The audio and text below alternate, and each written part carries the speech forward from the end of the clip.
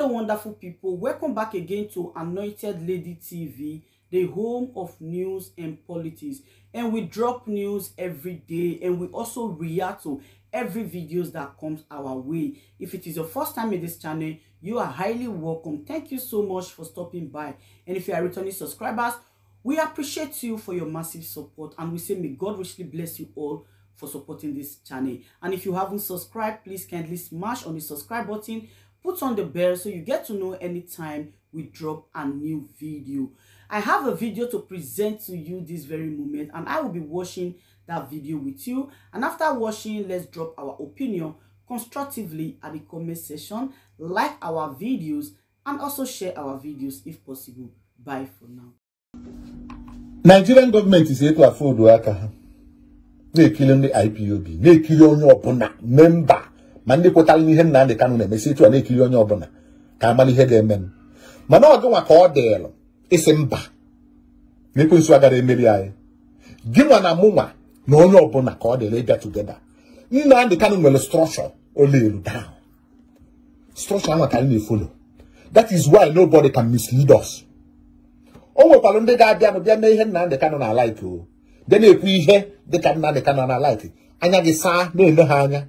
Ka ịmalụ mgbe ha shift wo ịkwapụ onye ahụ ozugbo onye maka iji bụrụ IPOB ịbịara anya nke iji ọnụ ụtọ ka ịbịa ime ka Nnamdi Kanu ka iwe wọli ya ka iwe nwee followers imegerezi iwere nwa ya n'ala ego divert ya anyị akpagbu ide dị n'ime osimiri mmiri eburu gị wa onye ka iji bụrụ IPOB gbaa mbọ fụ na vidio anụ nwa na okwu a na-ekwu ndị nọ na village na-enwere access to internet na ha nụrụ ya. On when he had a sit at home on Friday, or hijackers. How to get hijack IPOB? Nigerian government they go through Umuaya on America. Umuaya on America, how to get hijack IPOB? Oh well, Obro Honey no, oh well, some group. Charlie hijack IPOB. Oh, have an answer on Friday to sit at home, Monday to sit at home. Nothing like Friday, nke Friday can't go do because na Monday. Ihe Nigeria ekwu nke Monday because na osigo na ndị DOS advance again and the people like it, yeah. And the end of the day, Nnamdi Kanu si a citizen that on Monday anwa. Onwe kwa ndị si na ha chọrọ. Anybody chọrọ na on Monday ha ya no la na no.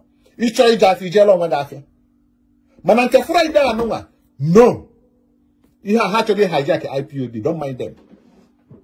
In Rekalo one nigga. Umuaya on America, some of them.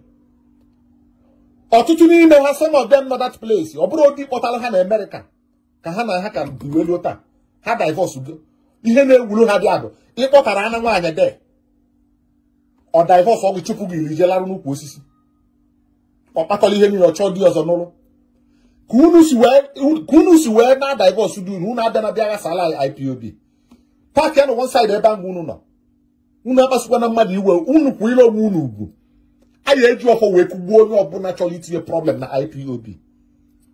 Yes, I man unu na problem within them nianya. O no problem unu nwelu. Jem sort what the problem no umu nwanya. Aye man ebe obuna. Umu nwanya bo some of umu nwanya na imalugo August meeting. Ima ka isi anu obu na August meeting. No no gwa n'ime room. Unu ebuputa ni outside. Nianya onwe problem unu ni anwelu. Unu sort what the problem. Ihe ni na na-efegharị ihe a na-ekwu ihe a nwanne m jugodo onwe gị ajụjụ ụbụrụ ga-ada alụ ọrụ. Nnamdi Kanu nye na lawyer na-afụ iche na ọ bụ na nne ya anya lelụ Nnamdi Kanu iche na Nnamdi Kanu agara agba lawyer sisi chụọ si na ihe nne ya anya melụ konu na amarọ ọ dị onye nwa melụ nji wee relax agbagodu nkịta ka mmadụ hapụ ịda ada okwu. Ihe niile na-ekwu ebe nne ya anya ọ bụ na o nwere ihe o mere na-adọrọ mma na onye nwelelu Nnamdi Kanu ono nwere ego oliyi ọkwọta ebe Nnamdi Kanu ga-pass the message sisi fire anya immediately. Nnamdi Kanu akọrọ wee nwu so si welu nwayọ ndị anọ na America o nwere ihe nchọ ka mmeka unu malụ ụmụ nwaanyị anọ na America ọgwụkwọ unu nchahụ Nigerian gọọmenti bunye gị ego iche nọọ ndị dị ka anyị ka unu ga-eji wee kpalị ego filuze na ahịa ịwụ mgbada onye mụrụ gị isi one ka ibu gịnị ka enwe ka ụdị jin ị na-aṅụ ka ife ilu ọdịtọrọ ịbụ prọfesọ gịnị onwe ebulu akwụkwọ ọ bụ na ebulu akwụkwọ iwuru fix ya kọmtara ị gara anọ na America ahụ ị nọ ma ọ bụ na ife ilu na ebulu akwụkwọ o nwere ihe unu gwụrụ no itibole wako uno anyị nwere agụrụ akwụkwọ unu ihe malụ unu na-achọ ego bọga bụ ihe dị unu nata Nigeria gọọmenti ego bọga na unu licha nwa na-akọ ya anyị abịara ebe ịchọ ego bọga ihe a chọrọ bụ freedom for our people ka ụmụ ga anwe ụmụ na America nata n'ụlọ bịa mara omenala ndị Igbo unu etinye na problem na IPOB nne anya iche na Nnamdi Kanu amụrụ na nne anya ka nọ na that position ọ nọ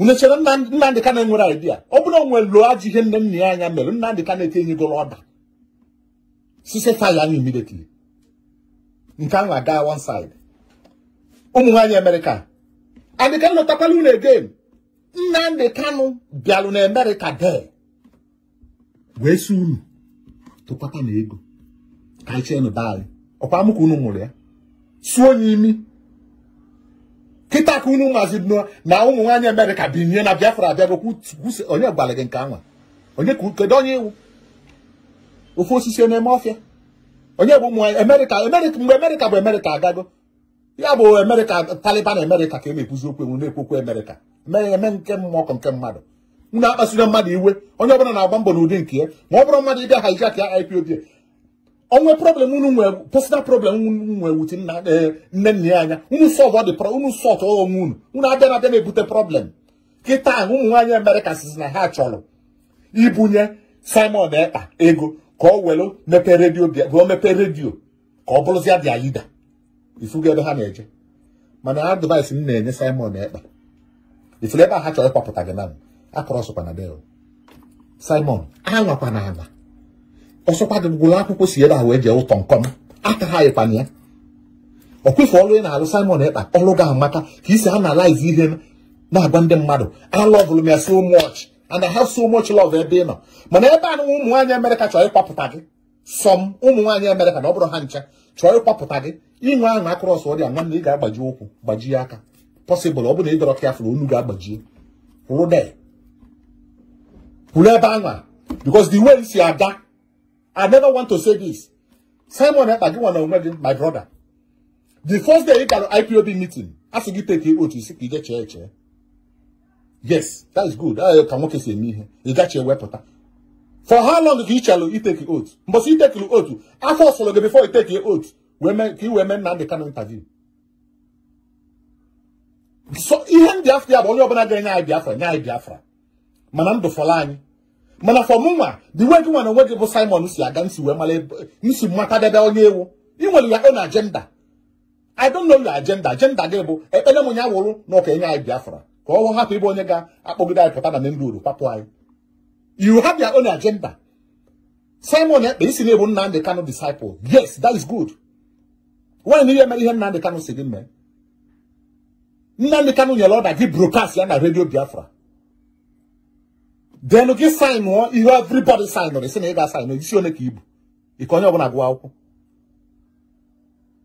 ebe ka ijere akwụkwọ nke gị Simon Ekpa ị nwere ya own agenda you are doing a good job mana ebe ụmụ nwaanyị America chọrọ ịkpọpụta gị ka unu broadcast ba na redio ka unu dọlụ ndị IPOB because if you na maybe na ndị mmadụ listen to you agakwana there a ga-egbu career gị complete tipi aga ejekwana there anwakwana anwa na-eme analyze ihe ịmalụ ka isi eme ihe before Simon Ekpa si etu a na-emie rapụ na onye asị na onye asịrọ na-emie nwayọọ mụ nwa achọrọ ụmụ ihe politiks a abịa n'ebe a ifu ebe a na eji oji ebe a olu otu moro achaba ọcha ebe a mba ana m enye unu niile anya kịta ka m fugoro ebe ụmụ nwaanyị America na-eje ha wụpụtago na Friday bụ sit at home ka e test ye ka amalụ ma people aya na at home nye nwere onye ọbụla na at home gba ha nkịtị na ha na-achọ ego bọga unu talụ bọga for 36 years unu ka na America de Nnamdi Kanu tara afụfụ gbaa plenu tụtụ ego anyị tụkọtachalụ n'ihe ọgba plenu bịa mitie unu bịanụ ka anyị malụ na ihe a ga-eme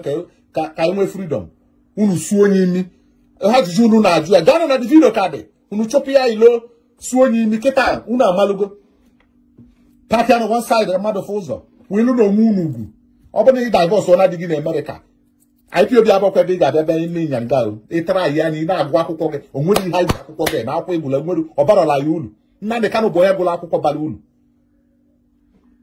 na-abịa na weta confusion here every day nne ya onye nka belata onye nka menka onye menka unu chere Nnamdi Kanu amara na those people no Kanu na IPOB Imana plan na settle plan now with the Nigerian government set the strategy to this way and they follow people reaction. I know why you're kill who no you deceive other people, you can't deceive me. Simon Ekpa for the last time, everybody can happen show came up by Chema Pota there by Joe one.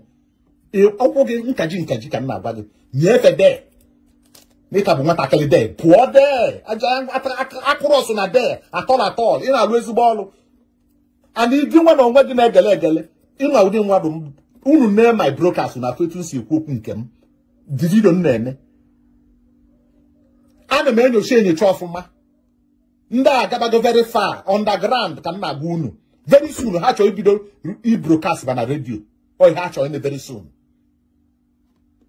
And we are watching. My brother Simon Ekpa, never analyze he hate say me, never always allow before he say me na across one boundary. Because no one no malo make the game what try board that is sure you know under anybody. That is why you naturally sign anything IPOB. Meanwhile, this one Nnamdi Kanu be a disciple, no, the disciple, sorry, label disciple of Nnamdi Kanu. But he has to give me a in me. Actually, maybe I could be this thing here. Enough. They are not hijack ya kaikiri. Munga. Alfun can tamalo sisi. Ebu putalu no okoli si mwadone. Nigerian government ibugono na this struggle. Uja ibafu. If you need to problem na IPOB. Manwa, manne. The whole family amuoko. This struggle. Kamali ejide buwebu. Wilo mwegu. Respect your own way.